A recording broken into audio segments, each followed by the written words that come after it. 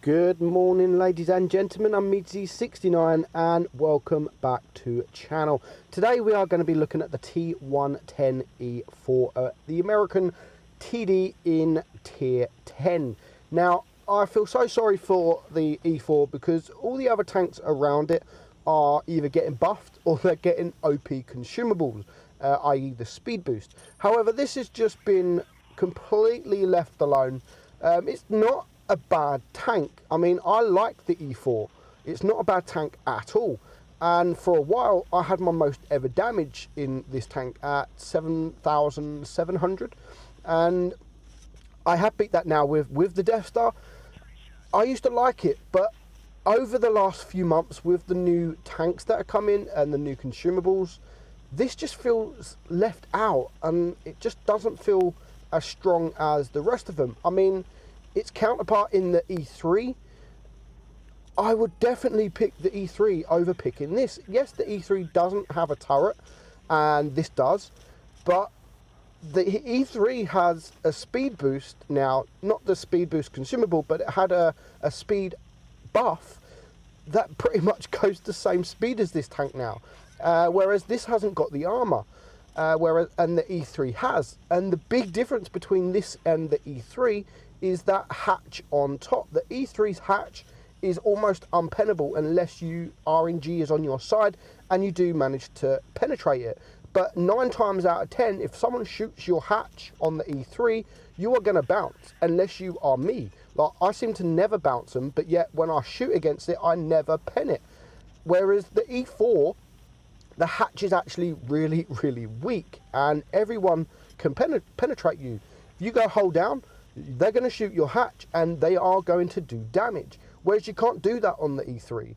The E3, you can go hold down, and nothing is going to penetrate you. So, I do feel sorry for the E4. I reckon it should definitely get the speed boost, just like all the other fast, heavy tanks and the TD, the FV4005. I definitely think this deserves to get that speed boost. I think it needs it. It's not a tank that we see often now in the E4. We don't really see it often. And I think apart from the hatch on top compared to the E3, the other biggest issue with, I wouldn't say it's an issue, but the biggest thing regarding the tank is that the tier 9 version of the T30 is better than this. It is much better than this. I would prefer to drive the T30 than I would drive this. In fact, I'd be quite happy if they just swapped the E4 and the T30 tiers. I'd rather this at tier 9 and the T30 at tier 10, because the T30, I've just done a video of the T30 not so long ago, and it's amazing. I mean, it hasn't got that great big hatch on top like the E4. It's got gun depression, it's got penetration. I mean, the E4's got all that. The E4's got a little bit of gun depression. It's got some penetration. But for me, it's just the hatch really on top is just mega big and very easily penetratable. As I say that, he gets a bounce. Nice one. So I do think Wargaming should show some love to the E4 because it's a tank that I do really adore. And, well, I did really adore. But for now, I mean, if I'm going to play a TD in tier 10, the E4 is at the moment the last TD that I pick. It's now the worst TD in tier 10. If you tell me what a better TD is, what a worse TD is than the E4. I mean, I'm not saying the tank is a bad tank, but all the other TDs are better. The grill, it's got no armor, but it's got the speed, it's got the accuracy. You got the E3, as I've just spoke about, the FV4005, you got that speed and the auto-loader. You got the Jaeger that's got the armor and the big damage. I mean, you can now say that the Death Star is worse than this, which I now agree. The Death Star is just completely useless and completely pants. And if you look at the stats on the Death Star, I mean, Wargaming have got it on their Discord server, the survey, the stat thing. The Death Star is now the worst performing TD in tier 10. It's really bad. Really bad. The Death Star is performing really, really poor. And I think it's only going to be a matter of time before it does get a little bit of a buff again. But the Death Star and the E4 are definitely the two tier 10 TDs that I decide to pick last. I mean, the only time I played the E4 was to get this footage. I mean, I'm not playing this, but I do have a battle next, and it's very hard to carry. It's very hard to carry if you're alone versus 3 or 4, because the DPM isn't the greatest. I mean, you do have nice penetration, and Hawk King there just shows us what can actually be done in the E4. Very, very good job there at 6,100 damage. He gets the ace, 27,000 credits. He actually does a pretty good job. But when I was trying to get footage for this, I sucked. I absolutely sucked at getting footage. I got wrecked. I got rushed. I just could not do the damage. The only battle I did have, which was pretty decent, was this battle on Falls Creek, and it was a loss. So we're going to push left. I mean, we've got a medium and a light tank, and we've got 3 heavies, 2 TDs, and the enemy have got 2 medium tanks. So I'm guessing that a big part of the battle will be played around this area in the heavy side, and the TD sat in the back. So because of the gun depression it does have, I do normally like to push up on this hill with this tank. I mean, I don't play this tank as a TD at all. I play it more as a heavy. It's definitely a heavy tank rather than a TD.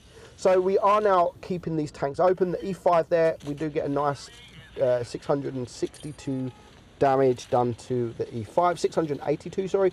And now we just need to poke forward. And as I've said, if you angle and you can somehow hide that hatch, then you can get some very, very troll bounces.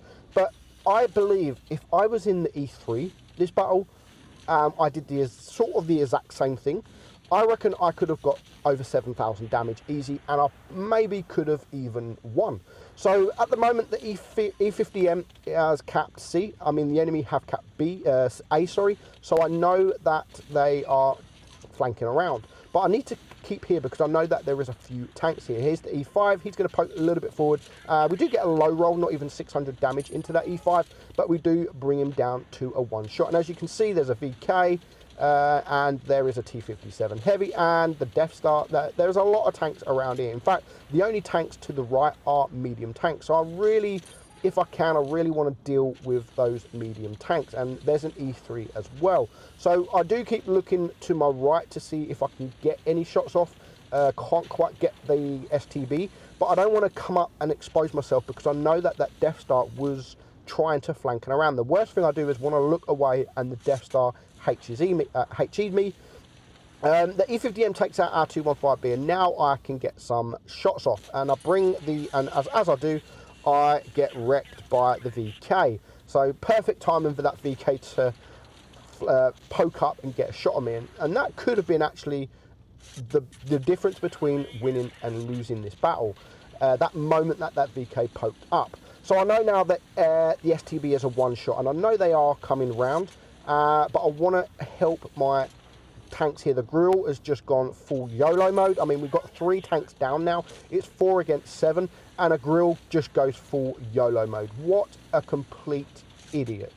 But we're now going to turn around because here comes the mediums, and if I can high roll this E50M, I can clear him with 1 shot, and I know that the STB is a 1-shot, but we need to start doing something. It's now 3 against 7. They've got nearly 800 supremacy points. We need some kills. We need some damage. I mean, we're on 3k damage already, and just before the E50 runs away, we can get that shot off. So we do bring their points down a little bit, and now I need to deal with this STB. Even though he's very low hit points, it's still 2 against 6, and we can just HE him in the face to clear him. And as you can see, we do get the troll bounce. But unfortunately, it's just too much to ask. We're on 3,800 damage. Our mouse is literally not even 200 HP, and the enemy are on 850 supremacy points. It's now 1 against 5. I do take the Death Star out. Nice high roll there on the Death Star. Just when I needed a high roll, I get a nice high roll. But it's still, I mean, 1 against 4.